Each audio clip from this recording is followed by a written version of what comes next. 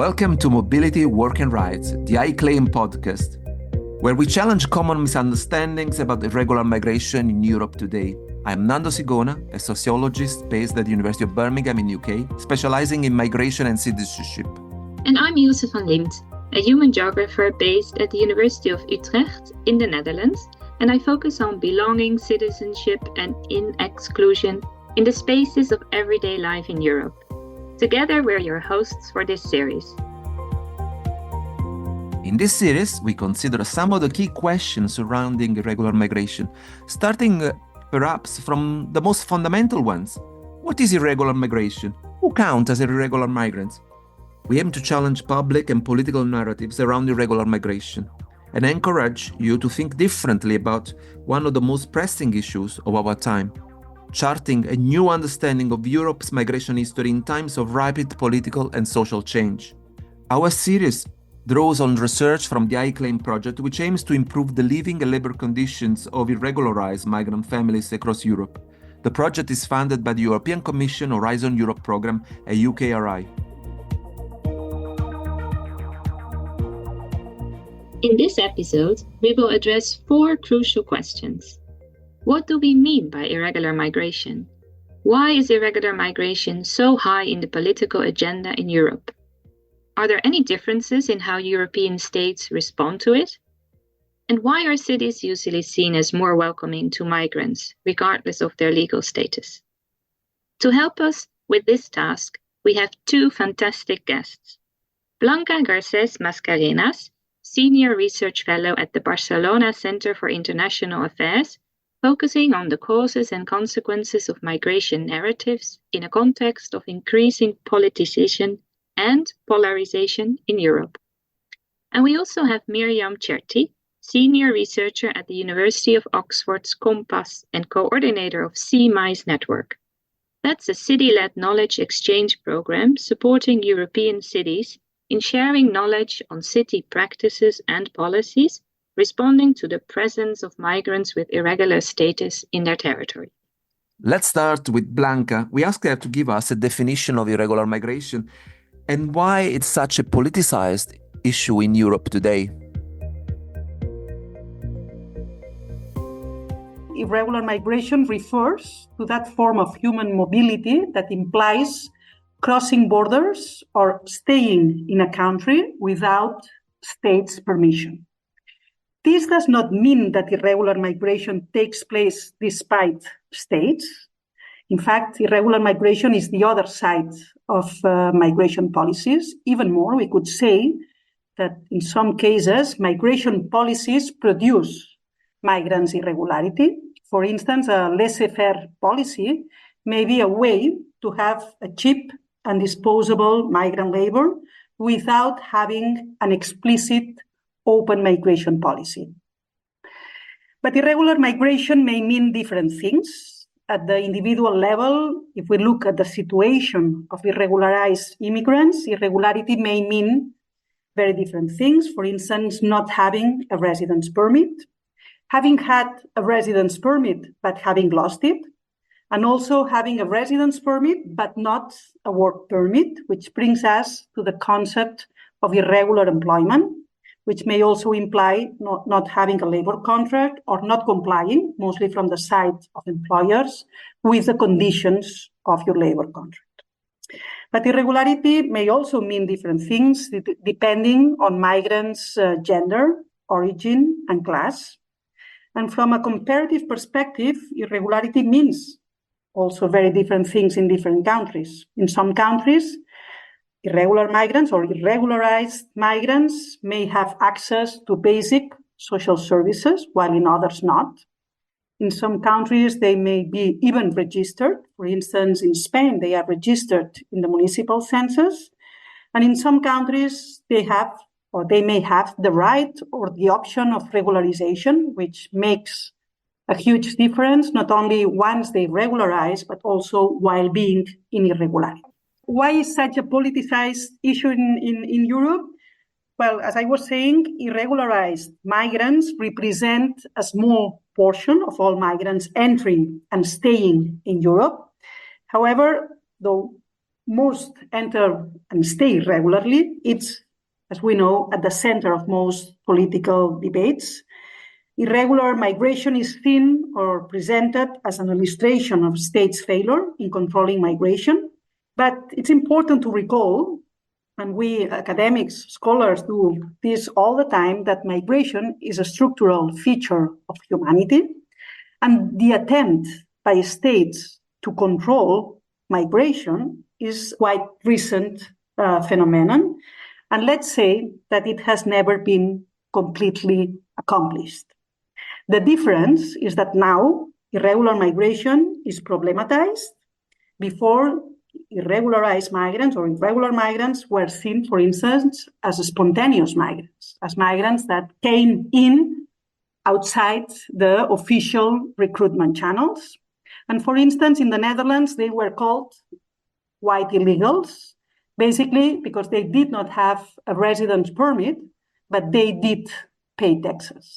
The difference, the main difference, is this increasing criminalization and problematization of irregular migration, which go hand in hand with an increasing exclusion in terms of policies of these irregularized migrants.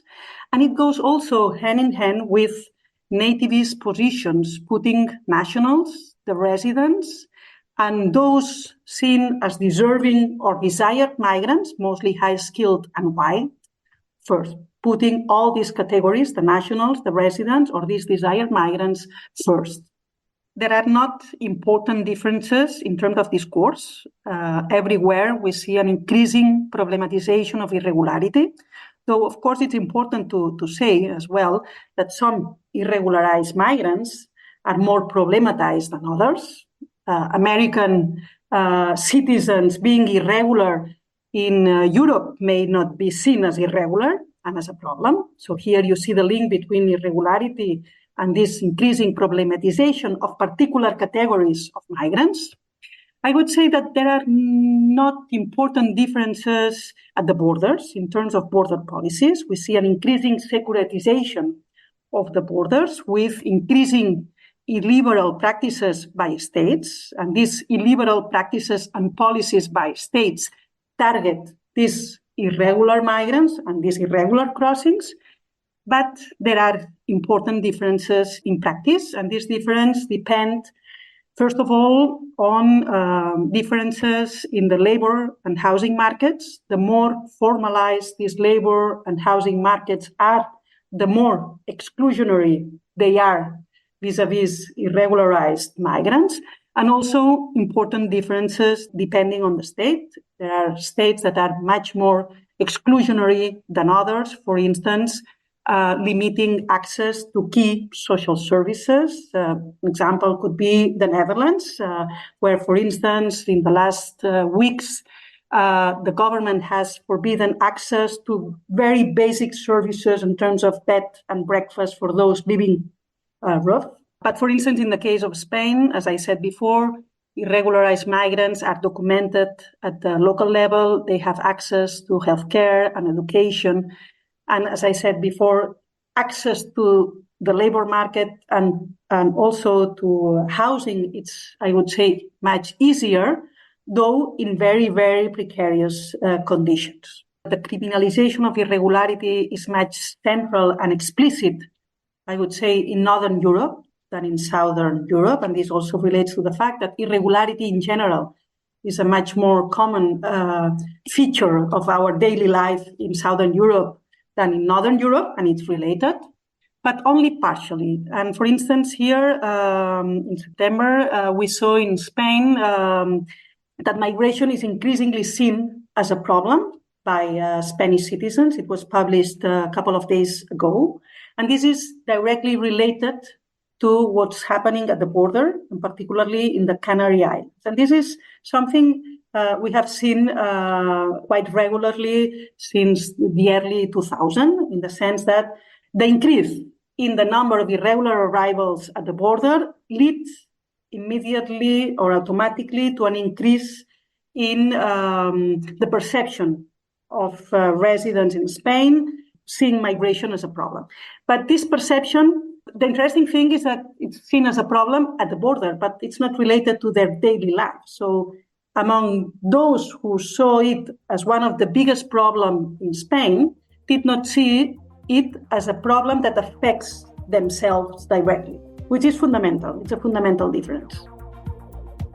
Blanca gave us a lot of food for thought on the show's definition, but now let's move to a different scale and look at the city level with Myriam Cherti. Immigration control by priority is the responsibility of national governments, and then the provision of public services is shared competence. So municipalities across Europe differ in terms of range of services which they're responsible for. I think when we look at, so drawing on the work that we have been doing as part of the CIMAIS initiative, which is the City Initiative on Irregular Migrants, on migrants with irregular status in Europe, which is a kind of a knowledge exchange of about 50 or so European cities. There's a mixed picture where we have most national legal frameworks that provide minimal or no access for irregular migrants, kind of most services.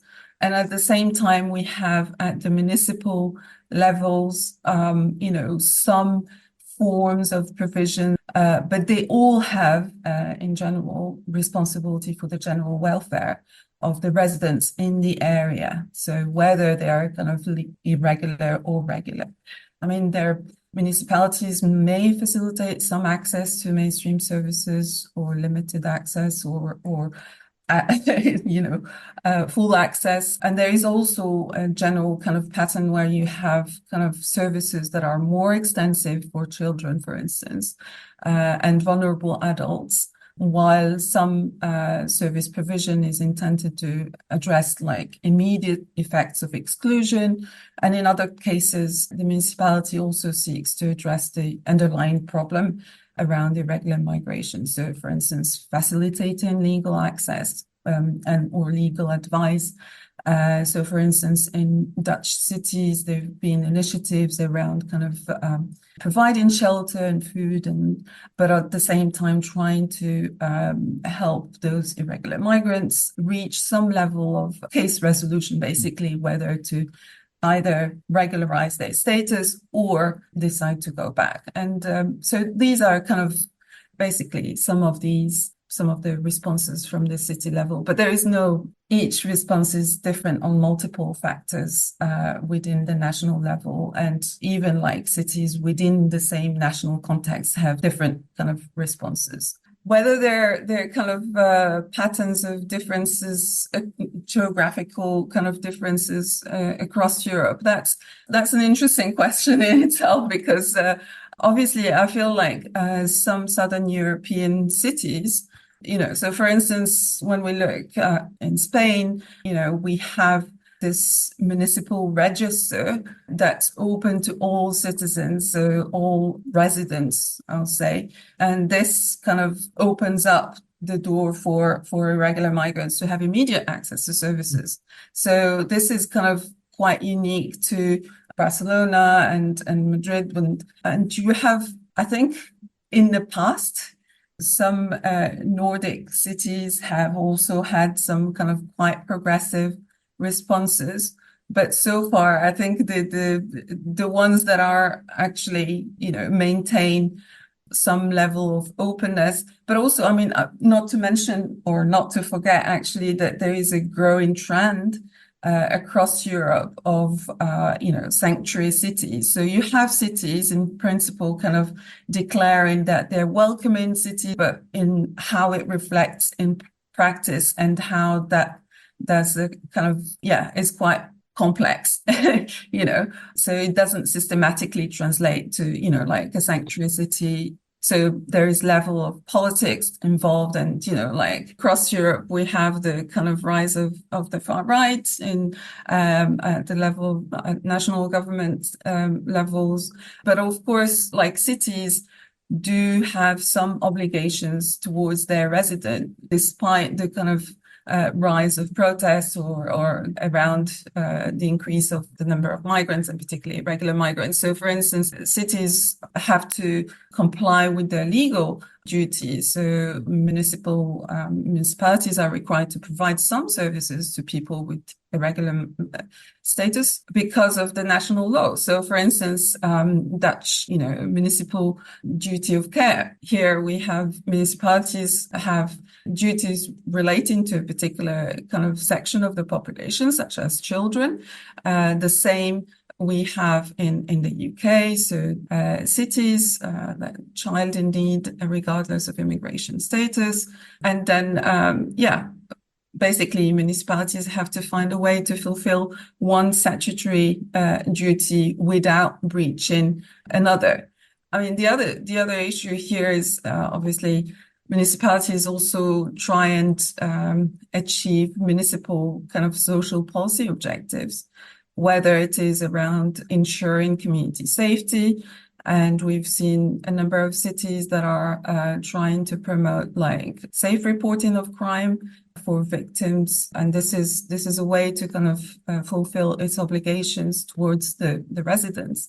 Same with, for instance, and this is an issue that a lot of cities, despite those that are kind of more situated towards the kind of right side of the spectrum, they're still providing some support, which is around avoiding street sleeping. Yeah, so many measures are taken, for instance, in terms of providing shelter that's necessary to help. And we've seen this, for instance, during COVID, where, all cities, regardless of their political positioning, ended up lifting some of those restrictions for the general public health interest and reduced public concern. And there's an image thing as well, because in a city that has a lot of rough sleeping or people dying from hunger and all that, it doesn't quite reflect so well on the politicians. It's not just about kind of tough talk and wanting to support this public discourse in that particular context. So definitely, there's a kind of a lot of divergence in terms of the different responses of cities to irregular migration. So we have, from negotiation with national government so for instance, I can give you the example of Sweden, where there's been a lot of, there were strong restrictions in terms of access to health. And then basically there was a lot of pressure on the national government from the local level as well as the voluntary sector. And this led to an inquiry, which then kind of ended up giving some sort of concessions. I mean, the national government ended up giving some levels of some concessions. In other cases, you have the kind of direct confrontation, direct conflict with national government, kind of, there are lots of examples of cities that have done that. So, for instance, more recently, we've heard that there's Dutch cities will not receive funding for this national program to help irregular migrants by providing shelter, etc. And in the end, some cities have decided to go against despite not having the funding, wanting to make those provisions and to challenge the government in that way. Same with kind of Italian cities. I suppose there's some kind of, basically in terms of kind of school provisions, etc., where some cities will kind of go against the tide.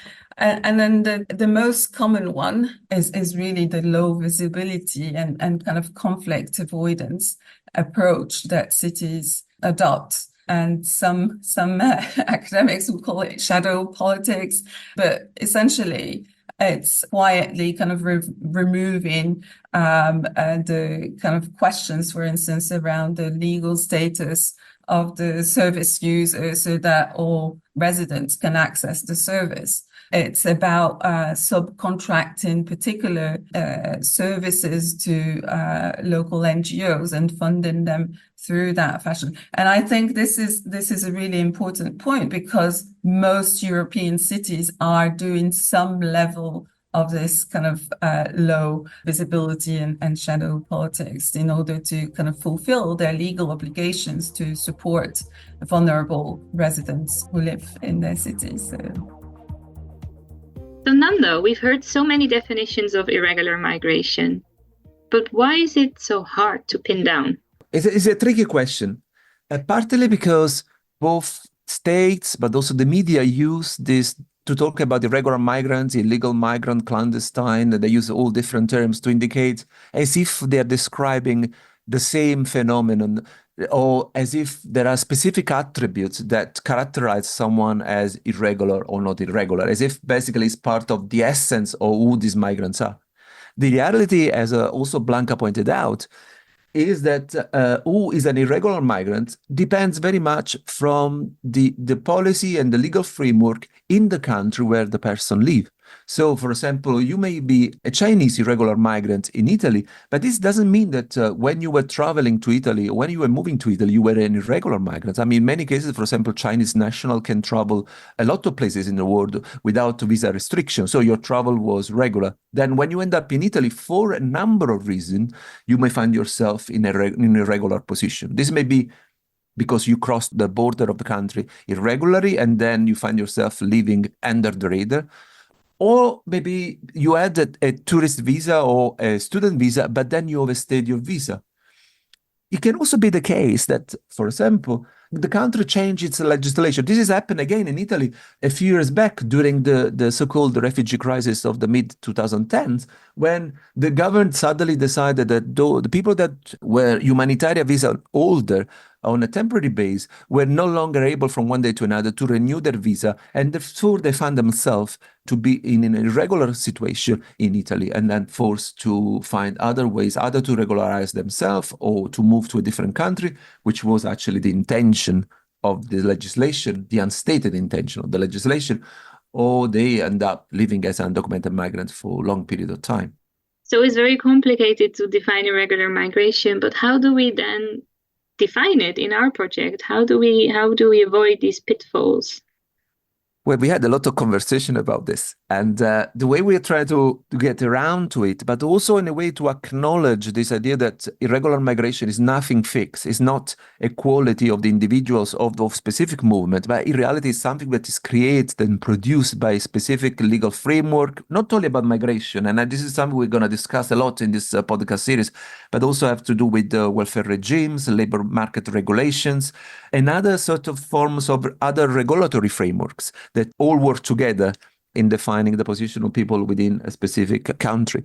The way we are trying to deal with it is to talk about irregularized migrants. The idea of irregularization, I think, is important because it enables us to do a lot of things. Enable us to stress the fact that everyone can be regularized and find themselves in an irregular position. And my research has been a lot around the what happened to European families after Brexit. And we are seeing, like, for example, how in the United Kingdom, as a result of Brexit, a lot of EU citizens who were living in UK as free movers found themselves after Brexit to be redefined, to be rebordered. This is a term we use in my research, as migrants or as international migrants or third country nationals, but also they find themselves, in many cases, also in position of being undocumented without papers. And we have had a lot of cases of people being sent back to Italy, Spain, France at borders, been rejected or refused entry in the country.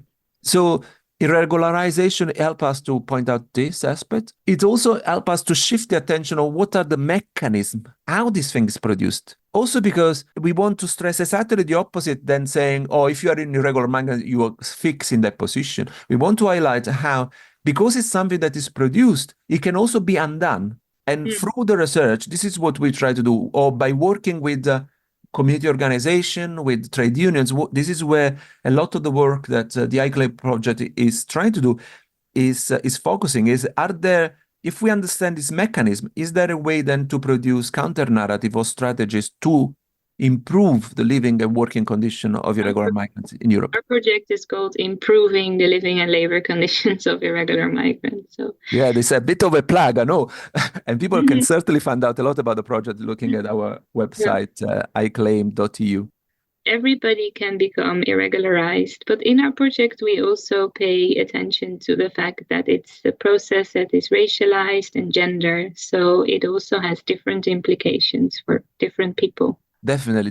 It's really an important aspect. It's central to the project. The issue that often gets forgotten is that, and this is again, I often use this example. If you are a US citizen or a Canadian citizen, a white Canadian citizen on a tourist visa living, for example, in Europe, and you overstay your visa, you are an irregular migrant from legal point of view. You are basically overstay your visa. But how this impacts on your life in Britain or in other European states is extremely different than the way that if you find yourself in an irregular position and you are Black African, rejected asylum seekers or someone coming. So your color, your ethnicity, the way that the society treats people from specific ethnic groups affects how the lack of status, the immigration status feels and is experienced. So we want to pay attention to these dynamics. What we want to understand is why specific group of people or specific forms of movement become irregularized. One thing we notice is that from people that come from the most poor, vulnerable countries in the world, the countries that are going through wars or through human rights violation, it's almost impossible for the citizens of these countries to travel to Europe. There is a huge visa restriction. The costs are extremely high. If you are from a sub-Saharan Africa, it's extremely difficult to come to Europe on a legal pathway. So why is this the case? A lot of people will point out to the fact that there is kind of a form of institutional racism at play here. There is a form of social hierarchy also reflected inside who our countries want to get in the country, but also sometimes it's not just about who do we want in the country. And this is really important. I think is in what condition we want a person from a country to live in Europe. This idea of that if you have a precarious status, you may also be more exploitable. You may have a struggle to get access to your rights, to be protected by the state, access to the welfare state, etc., etc. Ilse, I think that one of the issues that was very much pointed out in Myriam Cherti interviews is the role of city. Why cities act differently from the nation states? Yeah, so I think Benjamin Barber explained it very well in his book, If Mayors Ruled the World. So he points out that the politics of the city have a very different character than the politics of the nation state, because he defines it as cities are about making things work. And with that, he means that for cities, it doesn't matter so much if migrants are legal or illegal, regular or irregular. What matters more is that they have children who have to go to school, that they need housing. So it's much more about their presence. So cities have a more pragmatic approach. Instead of thinking what theoretically should or could happen, they have to deal with the everyday on the ground practicalities. And I think reasoning from there, they also often come up with more creative solutions to the presence of undocumented migrants, in this case, in the city. Do you think, a lot of cities in Europe, they have a right-wing government, for example. And I was wondering, do we find this more positive attitude to irregular migrants or more pragmatic approach also in cities that are have a right-wing government? Or why is this the case? Yeah, I think it can go both ways. If there is a right-wing government, sometimes cities become more active and more disobedient, but they can also, of course, conform to the national policies. And research in Italy has shown that there are cities that are sometimes even more restrictive than the nation state. So it's true that not all cities are more progressive, but the cities that are more progressive, they are building alliances and they share knowledge. So there's also networks, as Myriam explained, where these cities do make a difference. If we look at the city level, but not from the perspective of the authorities, but from the perspective of the migrants, what I'm thinking about is the urban space create opportunities for the migrant community. Do the city give to migrants something that, for some rural areas, don't provide them? Yeah, for sure. I think it's also part of this process of the production or the bordering or the rebordering, of the debordering. Of course, there is more opportunities for work, that's for sure. There is opportunities related to the migrant communities in terms of support, but also in terms of food, lifestyle. I think there's interesting examples where some cities provide local identity cards. So they offer people also symbolically, they show that these people are part of the city, so they belong to the city. And I think that in itself is a very important value because people feel they belong. And in practical terms, it can help them to prevent being arrested by the police. So that's a very strong incentive to apply for that card. I mean, Utrecht, your city, the city where you're based, it's one of the places where we're going to do a lot of work. And it's also one of the cities that is part, I think is leading the CMIS network that Myriam was talking about. Can you give us some example from Utrecht about how the situation or what they do with the irregular migrants? Yeah, so Utrecht has a history where they have always been very active on the issue of homelessness. So they have been really going against the national policies and providing shelter for homeless people, even though the national government did not always agree. And from that historical legacy, they also offer shelter to undocumented migrants. And we are currently in the situation that the new Dutch government is no longer going to finance any shelter for undocumented migrants. And Utrecht was the first city to speak up and say that they are going to pay for it from the city funds. Yeah, they're very vocal and they're also very visible. I think it was interesting to hear from Myriam that some cities are more invisible. They sometimes do very progressive things, but not necessarily letting the whole world know about this, which can also be a very important strategy, I think. This invisibility is not as if the municipality are going against the law. I mean, what actually she's saying that in order for the municipality to fulfill the legal obligation vis-a-vis the residents, they have somehow to prioritize what they do. And also one of the strategies they adopt is to basically provide the services as they expected to do without paying attention to the issues of legal status. And this is in a way connect very well with this conversation that we are having about the definition. And it will also be very relevant later on in our project when we will discuss about narrative, a counter narrative around irregular migration. The point is that sometimes in order to provide services to residents, the way that you have to do it is not to name them as irregular migrants. So you are addressing them as residents, as urban citizens, we can say, as human beings, in some cases as homeless people, but without in a way, they're prioritizing the issues of migration regime or the legal status. And this is where, before we were discussing about how important it is that when we talk about the condition of irregular migrant, it's not only about the migration law or the migration system. There are so much more at play here that really shapes the life of people in different ways.